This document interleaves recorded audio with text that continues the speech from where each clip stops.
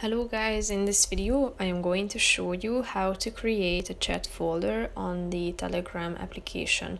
But first I just want to mention, don't forget to subscribe to my channel because at 100,000 subscribers I am going to show you my whole YouTube revenue statistics and growth strategy, how to make money online. Now let's jump into it. First of all, open the app on your phone.